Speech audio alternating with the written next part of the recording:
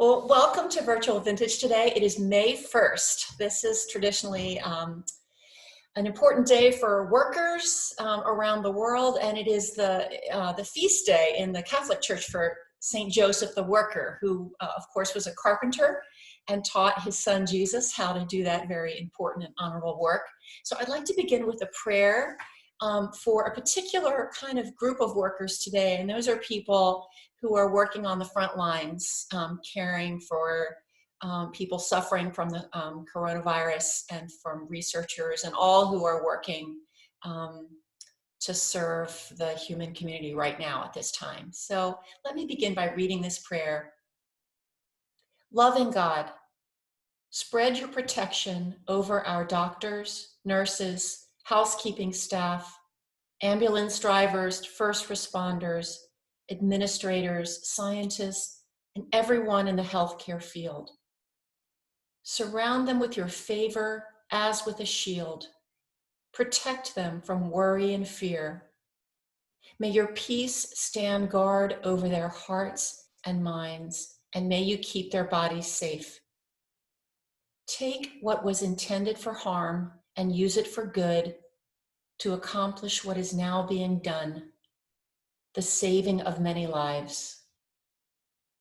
In the words of Matthew 11, may all who are weary and burdened come to you, learn from you, and find rest for your souls. In the name of Christ, amen.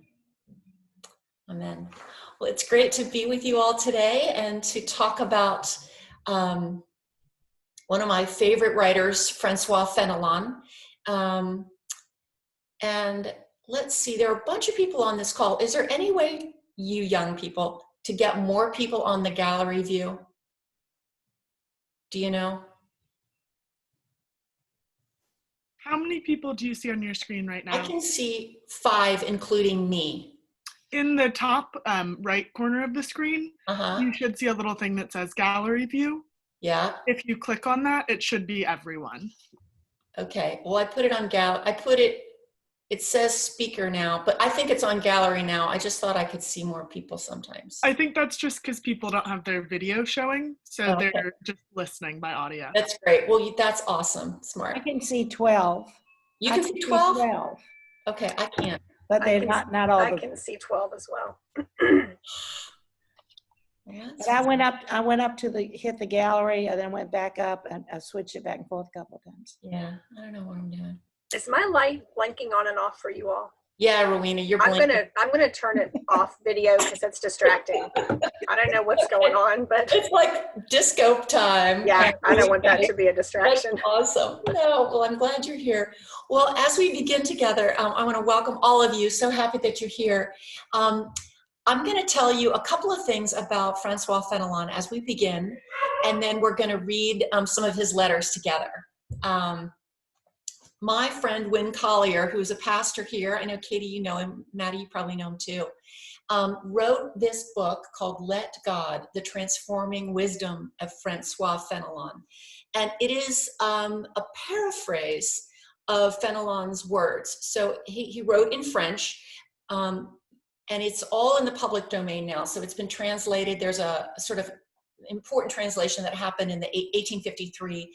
And Wynn took the English translation and actually kind of modernized the language. So we're going to be reading from that. But the introduction is so good, and the biography of Fenelon is so good that I'm just going to read a few words from it for you. Francois Fenelon was a French bishop who lived from 1651 until 1715. He lived and served during tumultuous times. Louis XIV sat on the French throne, and his court was notorious for its debased character. Louis's reign was characterized by lust for power, copious extravagance, and sexual perversions. Fenelon was intimately acquainted with both the lure and the repulsion of Louis's influence. He served for a time as the tutor for the king's grandson, who was the heir to the throne. And later, when Fenelon had gone out of Paris and served a spiritual community far away from the royal trappings, he continued to offer spiritual guidance for a number of younger friends still serving in the royal court. He offered his wisdom to these young Christians, most often through correspondence. He would write letters answering their questions, challenging their assumptions, guiding them in matters of the soul, and many of his letters are preserved today. Wynne goes on to say that much of the power of Fenelon's voice is due to the form in which it comes. The fact that we are reading letters is central to how we must hear them. These are personal letters to particular people with urgent needs and questions. Fenelon is not waxing eloquent on theoretical maxims removed from pain or bewilderness, bewilderment or sin or shame. Fenelon has walked into the deep waters of fear and loneliness and disillusionment and regret. And he is holding out his hand, telling his readers and us to trust and to follow him and follow Jesus forward. Wynne says that as I read Fenelon, I wish I had a contemporary guide like him, gifted for this unique spiritual direction. But the world that he speaks to is not so different from my own. The young pilgrims he guides are certainly little different from me. I am most intrigued with the context in which Fenelon writes. Most of his young friends were situated in the middle of a place where sin and power reigned. Their world was steeped in power grabs and self-promotion and a commitment to giving oneself to any whim or passing desire that might shuffle by. Notions of peace and discipline and sacrifice and mercy were entirely out of favor, almost unknown. How would these correspondents love and obey Jesus in the midst of such depravity? This question and the culture that forced it form the background to Fenelon's letters. Finally, Wynne Collier says this: Fenelon encourages a tribe of young disciples to seek a subversive and radical life of incarnation. He never encourages them to do the easy thing and withdraw from the darkness surrounding them.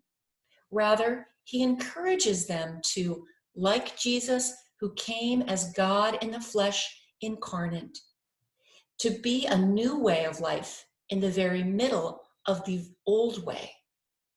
He suggests that they subvert the lies by simply living the truth. These are the last words of the introduction. Many of us long for a wiser voice to provide us with spiritual direction. We do not want to be coddled or cajoled. We do not want to be given small-minded moralisms.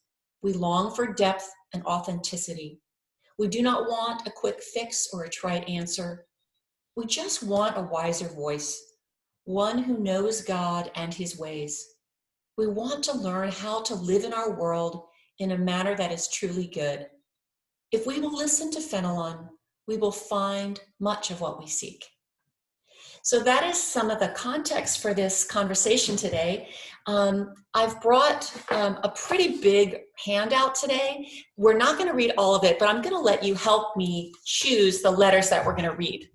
So this is where my Zoom learning has happened this week.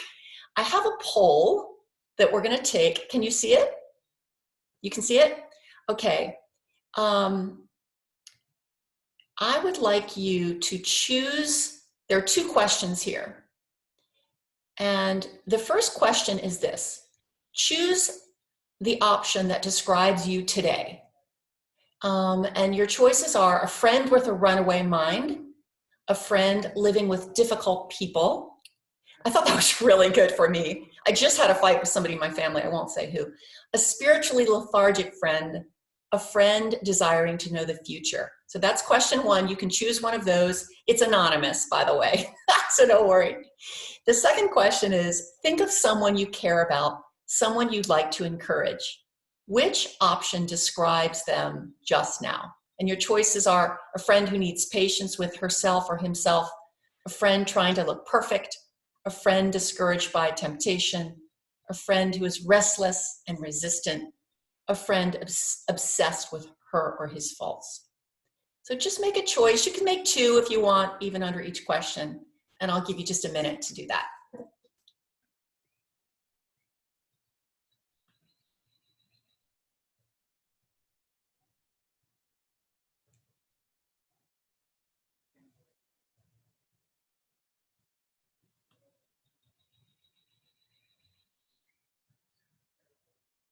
You're doing great. We have 6 out of 11 have voted so far. I'm not going to force you to vote, though. Don't worry.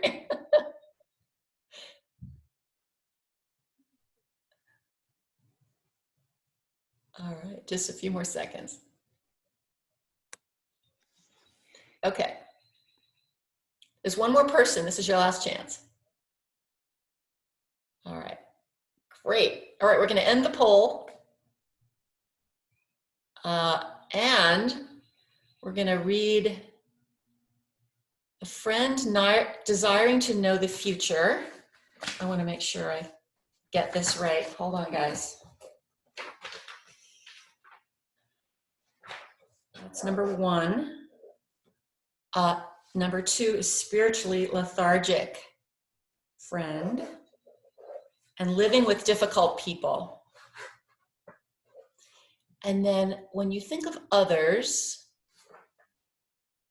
oh, we have a tie. A friend who is restless and resistant. A friend who needs patience.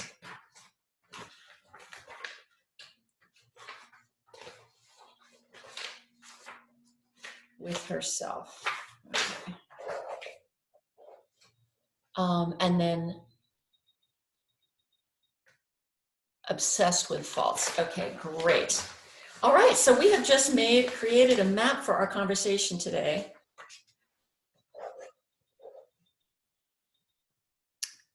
So we'll begin, and I'm going to read these letters to you, and we're going to pause along the way to talk about them. And you are welcome as we go to chat in the chat box if you have a question or a comment. And then as we talk, you're welcome to unmute yourself and share your thoughts about that. So our first letter today is to a friend desiring to know the future. This is certainly a powerful one for us today. So Francois Fenelon says this to you and to me. Dear friend, don't get all twisted up about the future. This worry pushes against grace, always at odds with what God does in and around you.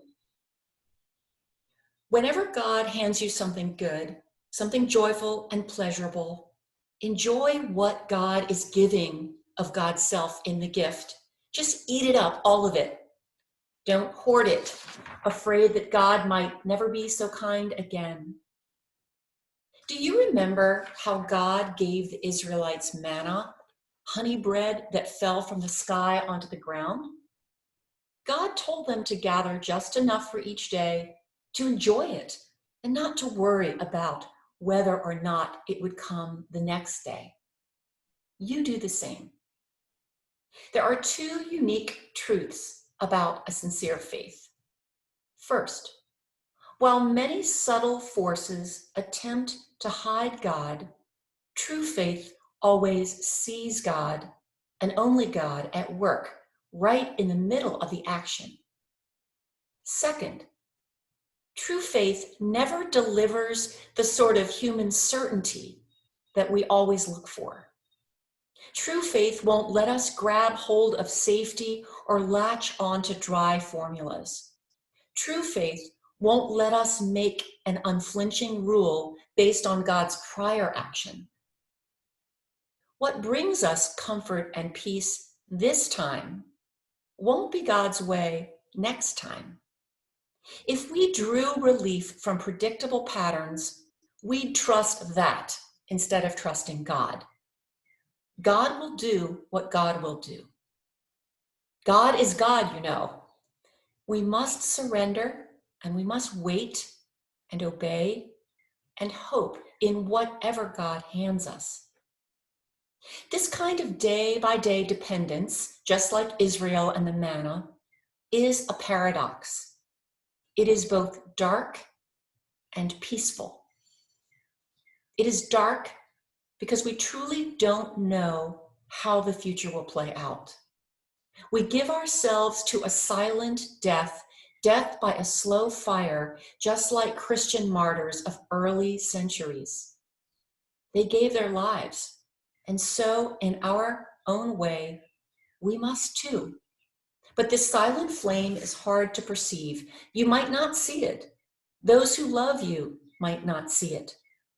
But God is burning away all you have depended on. God is burning away everything except God's self. But don't worry. As I said this day-by-day dependence, this slow burning death is not only dark, it is also peaceful. After the burning, God will give you back everything you need. Remember, God brings life out of death. So, like Israel, eat your bread today, don't worry about tomorrow, because as Matthew's gospel says, tomorrow will worry about itself. Each day has enough trouble of its own. Let tomorrow worry about tomorrow. God is feeding you today, and this God is the same God, is the one for you to depend on again for food tomorrow. This I know. Before you or any of God's children go without a single morsel that you need, manna will fall again, right in the middle of the desert. Okay. It's a lot there. What did you hear in this letter? Was there anything that either encouraged you or unnerved you that you would like to sort of speak back?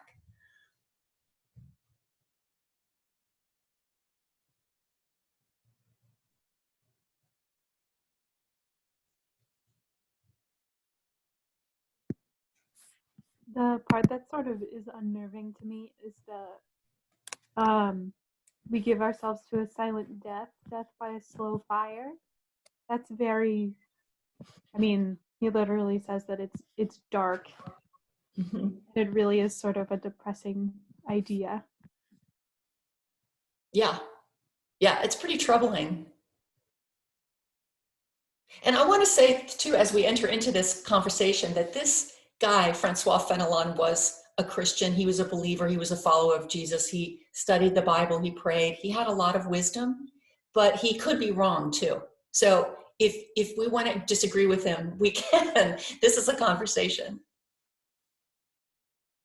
What else did you hear in this letter?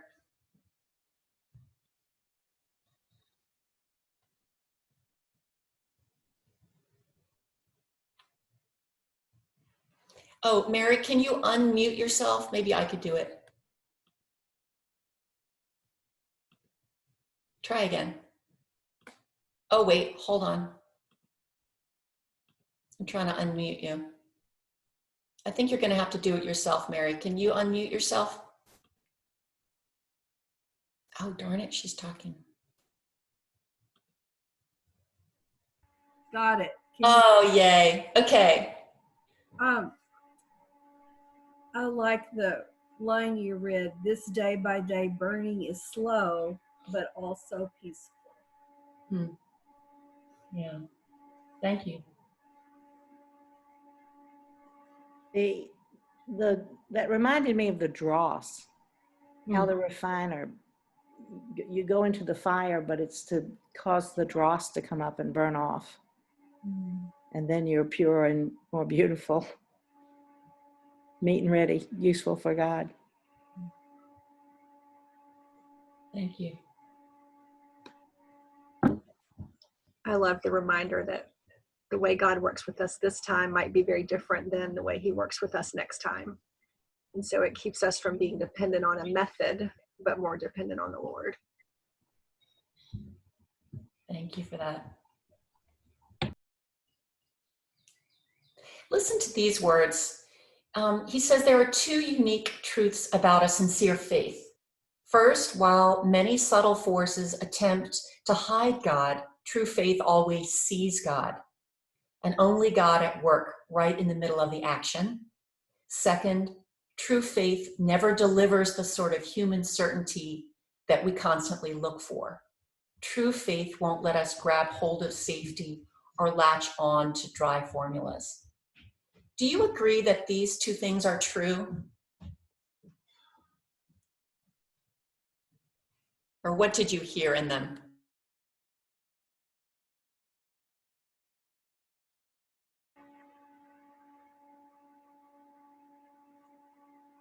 I totally agree that true faith won't let us latch on to dry formulas. Very, very true.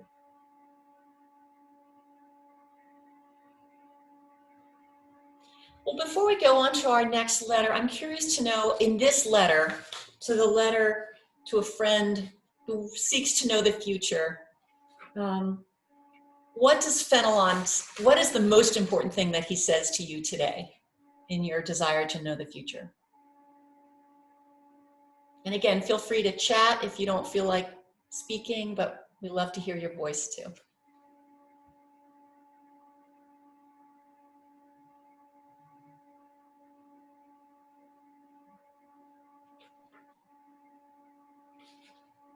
I don't totally remember exactly what he said, but I liked at the beginning, when he said something about like not wanting to kind of like save the joy that he's given us today, like as if saving it now will like ensure it for the future.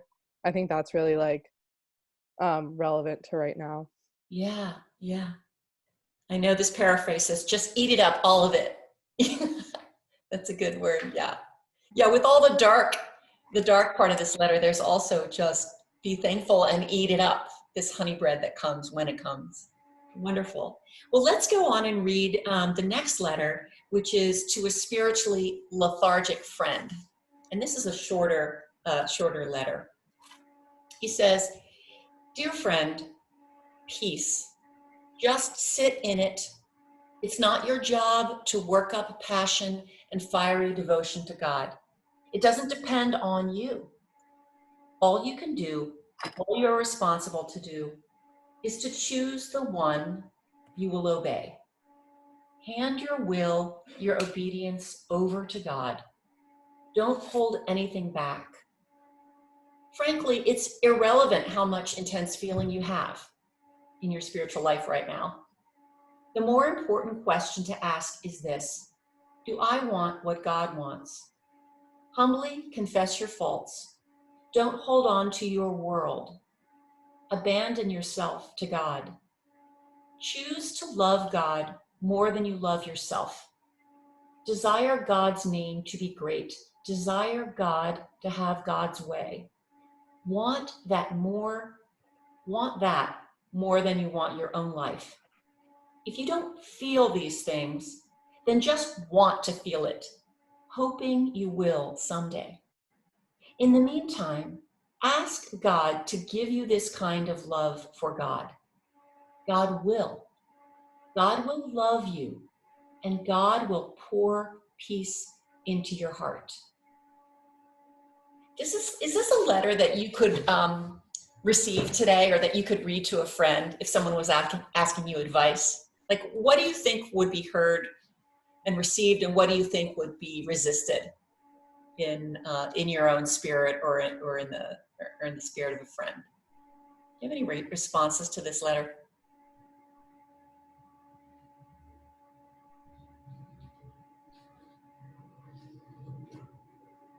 It seems like he's taking the pressure, off of you and just allowing you to peacefully rest. Like he said, peace, just sit in it. Just peacefully rest, and he's not trying to make you conjure up your faith. Mm-hmm.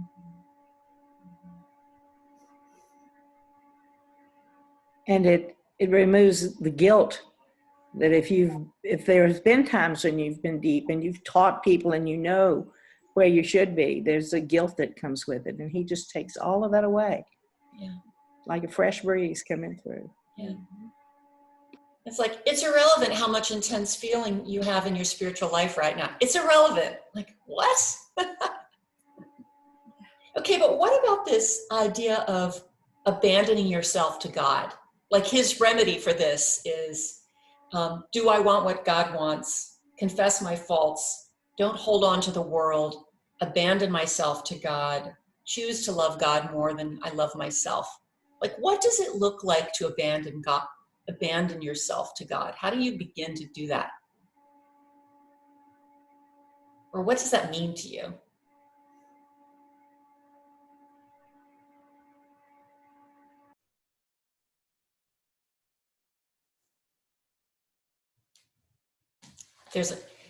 we have a chat that I think there's a catch-22 in it. Yeah. How is the, hold on, let me unmute you, Mary. What's the catch-22 or the dilemma here? I think I can elaborate on that. That's my personal struggle. I feel like whenever I really actually enter into that zone, I sit in still and just feel God's presence. And he does, like the letter says, pour peace and joy and love and every good thing into me. And I can feel that that's very real. But the challenge is that a lot of times I just couldn't bring myself into that stillness. So I know for sure if I stay still, if I stay with God, I will receive all the good things.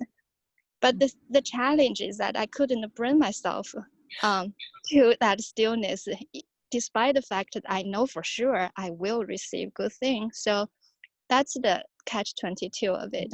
If I sit still, I will receive it. The problem is I can't, even if I want to. Yeah. Yeah, thank you for adding that. And that sort of goes to the feelings, right? If you don't feel like it, it's hard to get yourself there. How do we know what God wants? How do we begin? Like, let's just say today, you said, all right, today I'm going to take Fenelon's advice. I'm going to choose to love God more than I love myself. I'm going to confess my faults. I'm going to do what God wants. I'm going to desire God's name to be great. I'm going to desire God to have God's way. What is one practical thing that you could do or that I could do to begin to follow this advice today?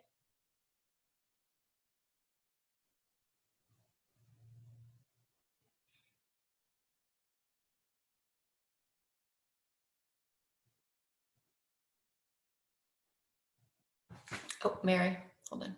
Just going to say, I always go back to saying the Our Father, and the whole prayer, and not my will but your will be done. It's just the prayer itself. Yeah, returning to the Lord's Prayer. Thank you.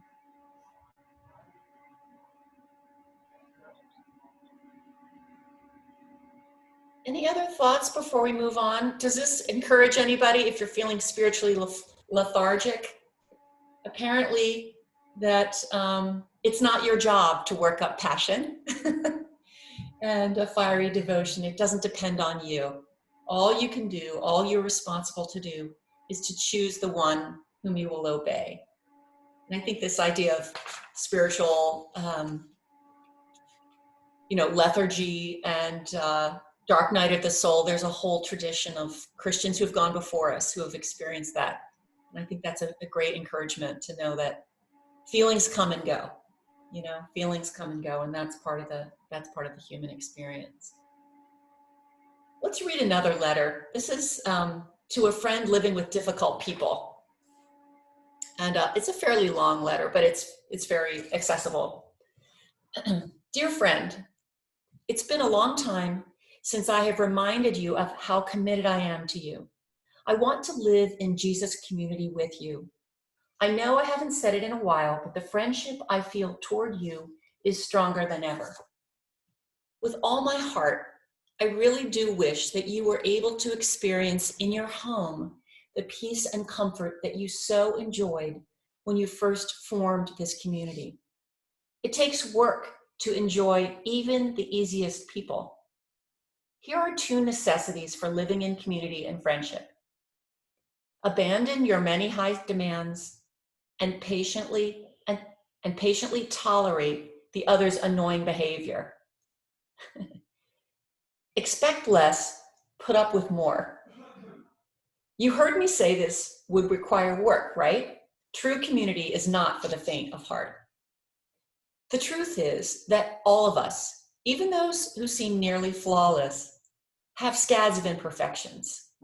If we are around these supposed angelic people long enough, we will see their eccentricities and their blemishes. This shouldn't surprise us. We have a good number of our faults ourselves. You have your work cut out for you. You are dealing with two flawed people, you and the other person, and no matter how good your relationship, it will be eventually difficult for both of you to endure the other. This is why we must pick up the slack for the other person in the very place where that one struggles the most, the places where that person is the most annoying.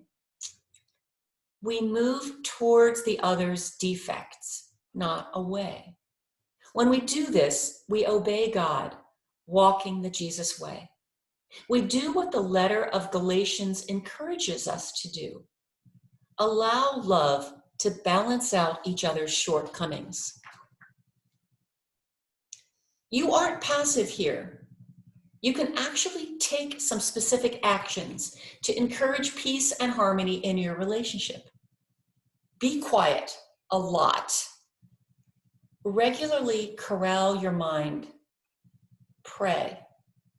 Surrender your addiction to having your way. Renounce your haughty criticisms.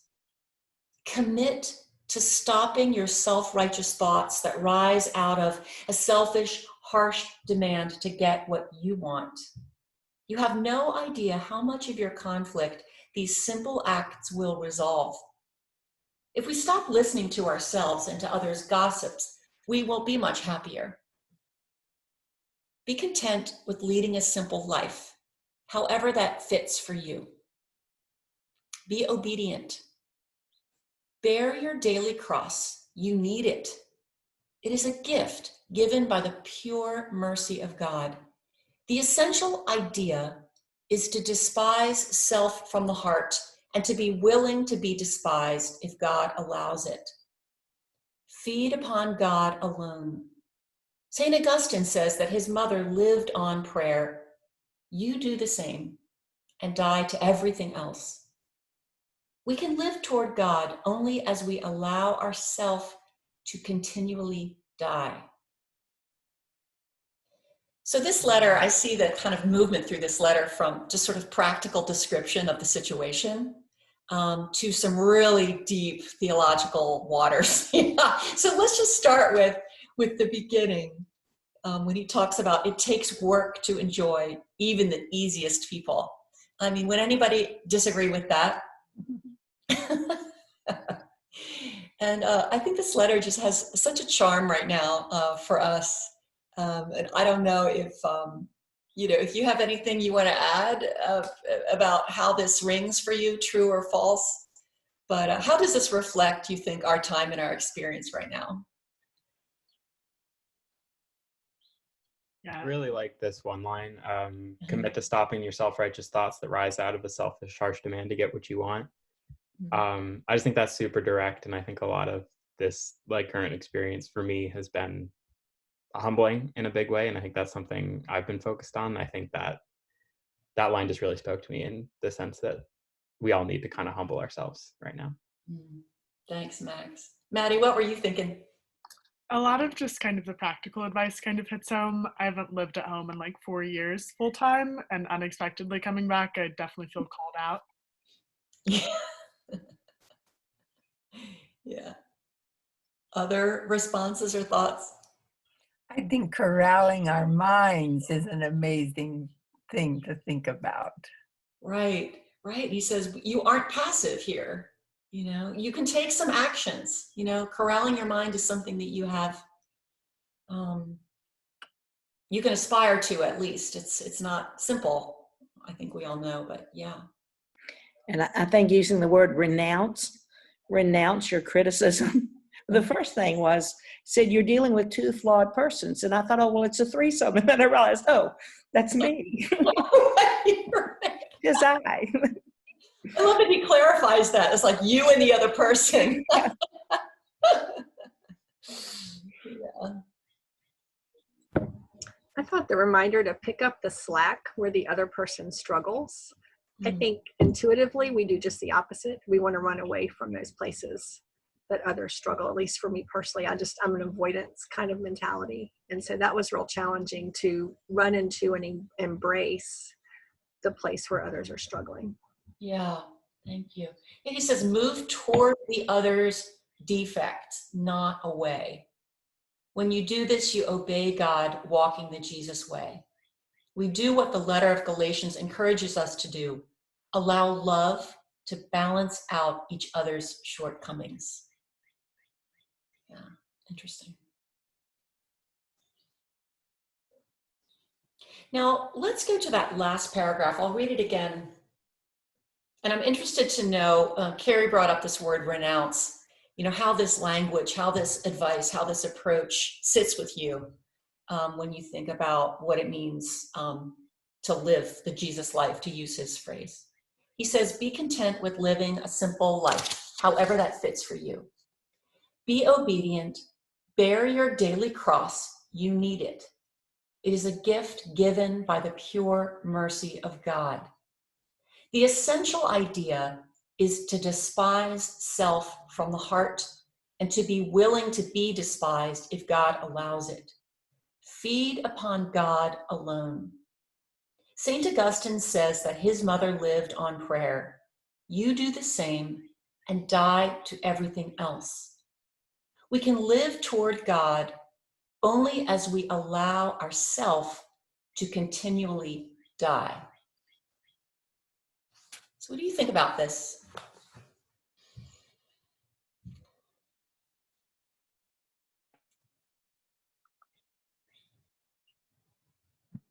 This is sort of a silly question, but when he says the essential idea is to despise self from the heart and to be willing to be despised, I'm not sure I know what despise means in that context, because usually I think of despise meaning like hate, but I don't really know. I'm wondering if he means like separate. I'm not really sure what the definition of that is.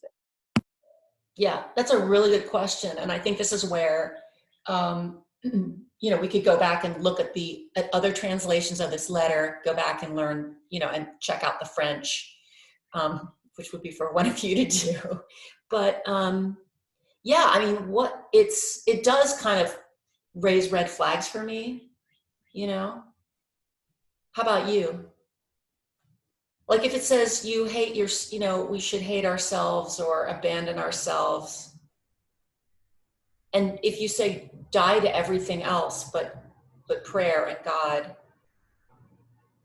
I mean, we hear this kind of language in the Bible, but I don't know, it always seems like there's more going on. So,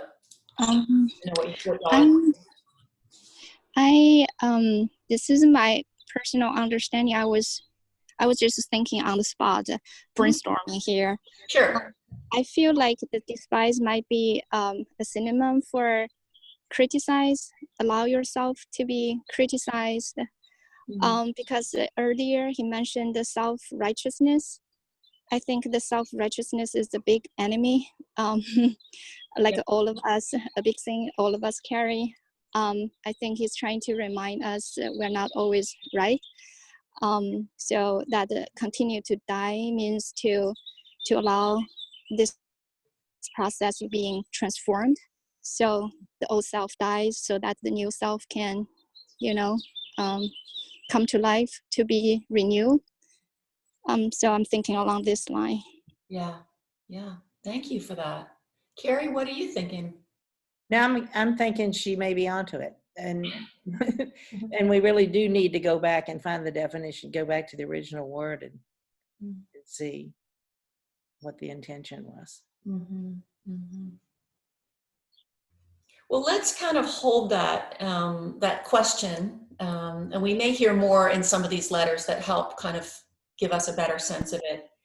I do wonder about, I'm curious, this really caught my attention. He says, bear your daily cross, you need it. It is a gift given by the pure mercy of God. Because we hear this, take up your cross daily. Like, how could the cross in our lives be a gift of mercy from God? What does that have you thinking or wondering?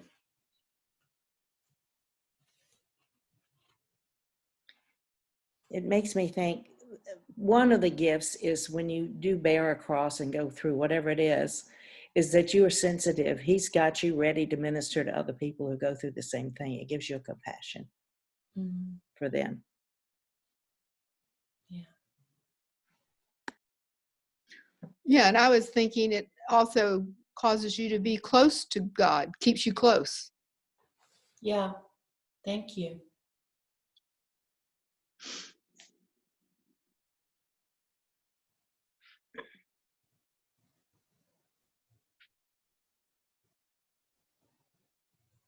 Well, do you think that this letter, to a friend living with difficult people, might serve you today or this weekend, wherever you are?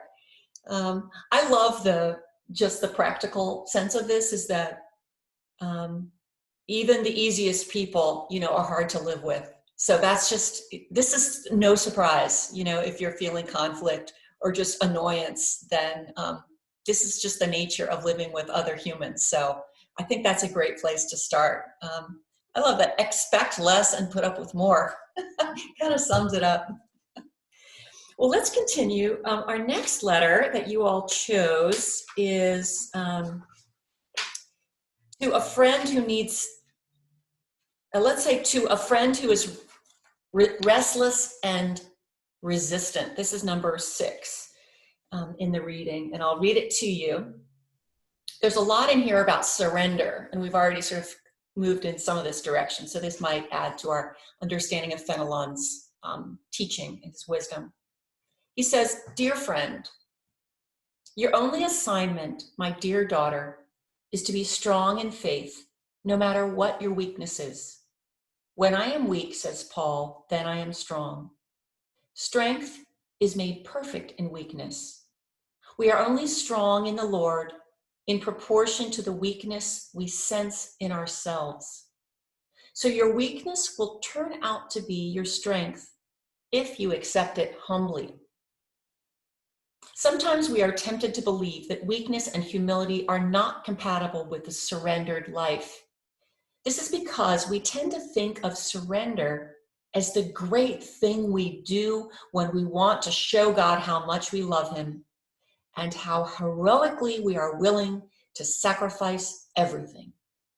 But a true surrender to God has nothing to do with such a flattering description as that. Let me tell you what real surrender is. It is simply resting in the love of God as a little baby rests in its mother's arms. A perfect surrender must even be willing to quit surrendering, if that is what God wants. We renounce ourselves, and yet God never lets us know when it is complete. If we knew, it would no longer be complete, for there is nothing that bolsters the ego quite so much as knowing that it is fully surrendered. Surrender consists not in doing great heroic deeds about which the self can brag, but simply in accepting whatever God sends and not seeking to change it unless it is God's will for it to be changed. Full surrender is full peace. If we are restless and concerned about things we formerly renounced, we have not genuinely surrendered. Surrender is the source of true peace. If we aren't at peace, it is because our surrender is not yet complete. Is there anything in this letter that encourages you or warms you?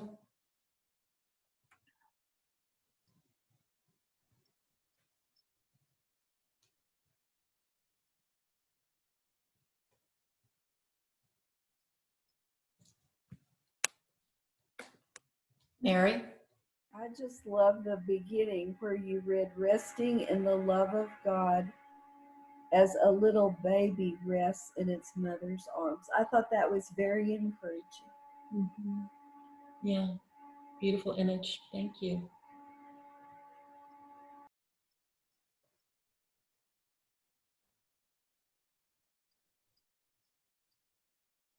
Is there anything else in this letter that you want to call out or lift up?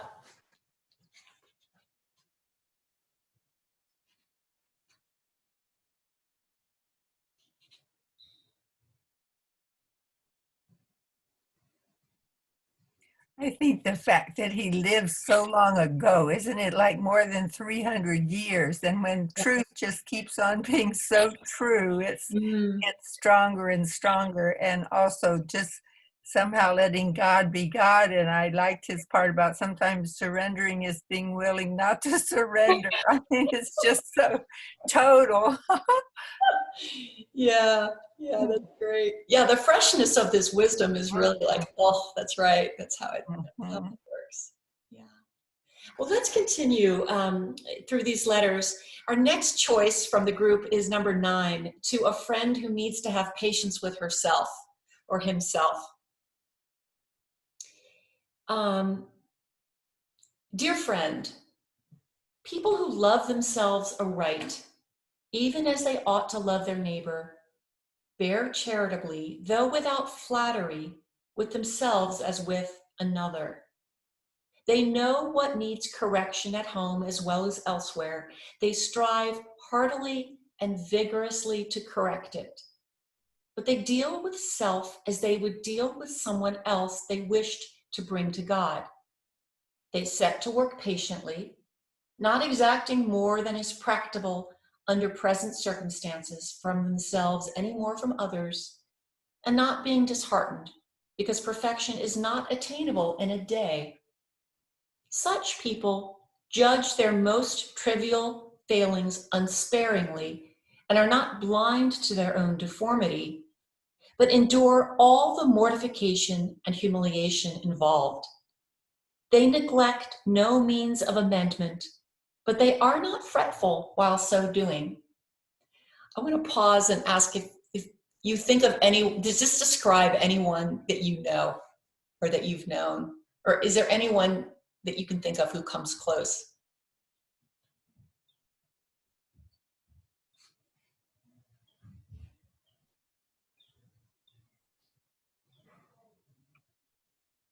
Something to aspire to.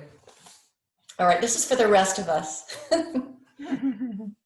They do not heed the pettiness or he says pettishness, but I'm thinking maybe it's a typo. Pettiness of pride and self-esteem, which so often mingles with that quiet resolution, wherewith grace inspires us for the correction of our faults.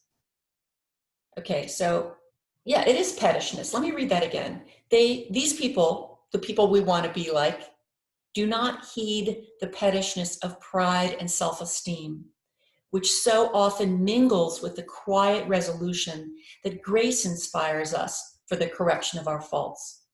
That sort of irritable pettishness only discourages a person, makes her self-absorbed, repels her from God's service, wearies her in her way, makes her seek unworthy consolation, dries her up, distracts, exhausts her, fills her with disgust and despair of ever reaching its end.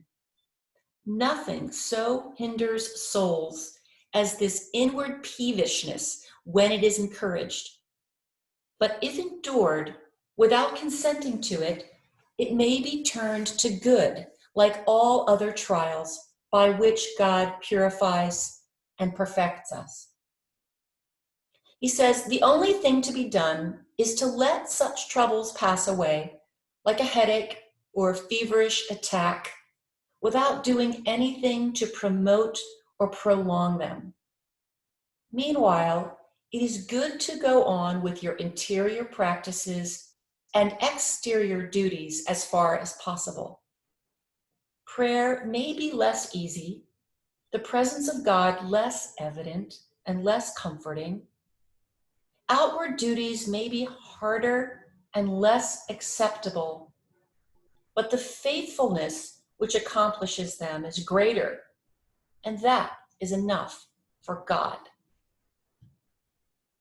So what do you think is the problem here? What's the experience that he's describing? I mean, what did you hear here? It's not super clear, but it's pretty compelling.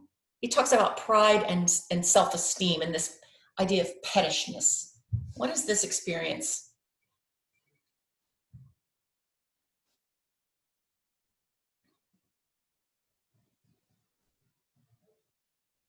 I think it's really interesting because this last paragraph, that first line, talking about kind of sitting in troubles, letting them pass away, reminds me a lot of like the way we talk about anxiety, like kind of like how we talked about it last week, just kind of sitting in things. But I think that's interesting because a lot of the rest of it's about pride, which I think we often think of as the opposite of like anxiety or insecurity. So I think it kind of points to those things being close to each other, or at least occurring in tandem. Yeah, no, it's interesting. Like I'm definitely still thinking about it. Yeah, that's really helpful. Yeah, this irritable pettishness. Maybe if we put anxiety in there, or, you know, this,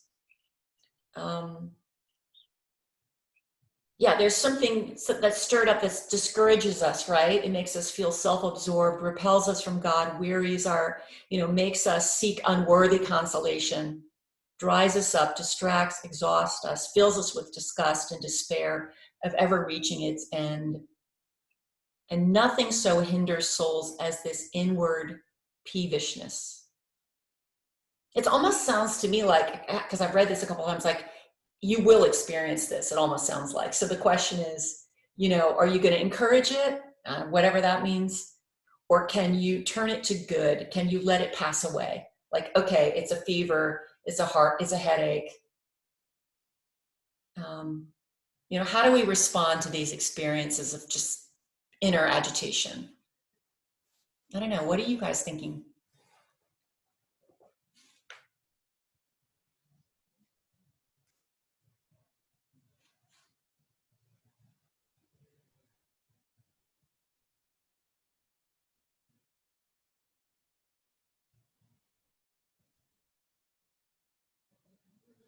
He advises us to go on with your interior practices and your exterior duties as far as possible. I think that's interesting counsel, isn't it? Like, yes, you're going to feel these, you're going to feel these things, you're going to have these challenges, but practice your interior prayer, your exterior duties. And he says prayer may be less easy in those times, the presence of God less evident and less comforting. Outward duties may be harder and less acceptable, but the faithfulness which accomplishes them is greater. And he says that is enough for God. The faithfulness in these things is where he ends up. Is there anything else that you'd like to call out in this letter that's really speaking to you or that you'll remember? And then I think we have time for one more.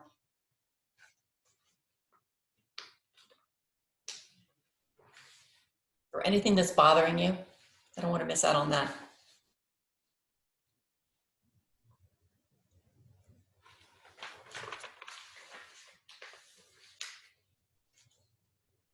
Okay, let's read one more letter. I think it is number 5, to a friend obsessed with his faults. And this kind of is a good match from the last one we just read. To a friend obsessed with his faults. Dear friend, don't be concerned about your defects. Rather than being consumed with yourself, love. Don't stop loving. As Luke's gospel reminds us, when we have been forgiven much, we love much. Love will overcome your faults.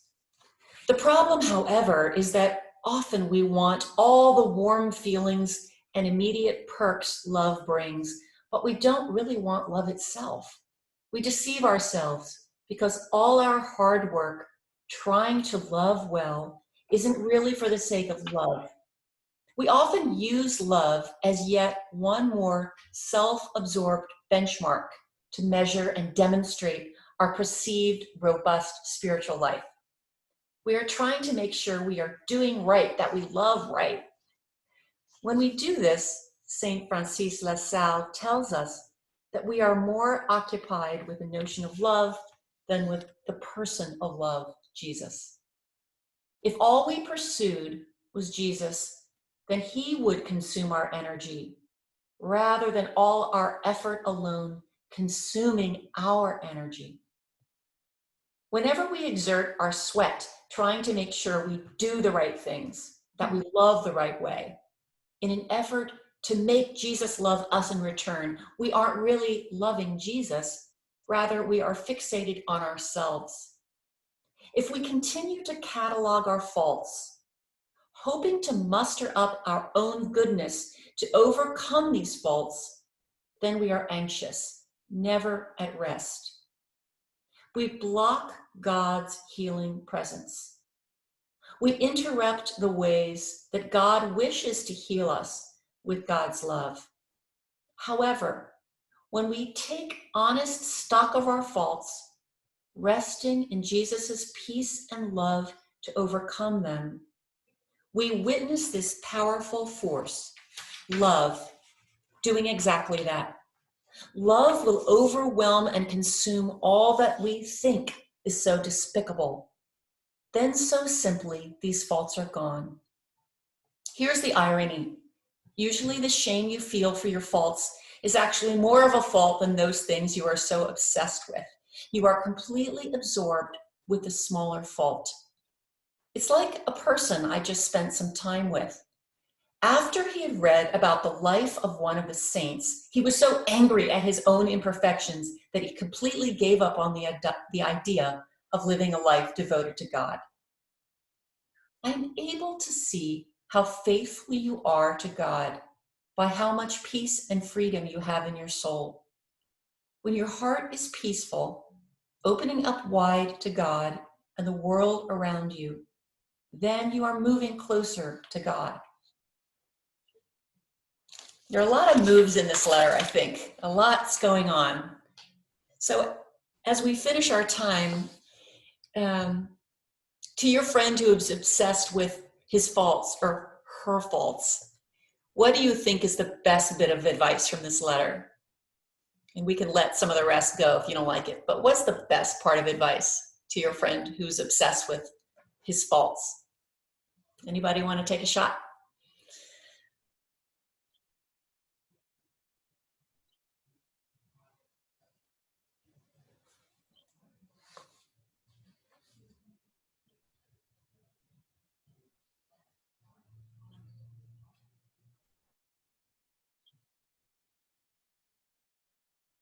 I really like his distinction between the notion of love and the person of love. Mm. I think that's really important. I haven't really heard that idea framed that way before. I really like that. I think that's good advice for me. I think that's an important distinction to make, that we have an idea of what love is, and it's also a person, and it's Jesus. Yeah, I really like that. Mm-hmm. I agree. I think that is a good final word. The person of Jesus, the person of love, he says, we are more occupied with the notion of love than with the person of love, Jesus. If all we pursued was Jesus, then he would consume our energy rather than all our effort alone consuming our energy. Yeah. Well, I hope that you enjoyed these letters from old Francois from the court of Louis XIV. And I hope that this lends you some practical advice and some sort of theological and spiritual counsel to think about. And as always, I'd love to hear from you offline if you have more ideas, things you'd like to talk about, or people that you'd like to read during these times. We're going to continue virtual vintage.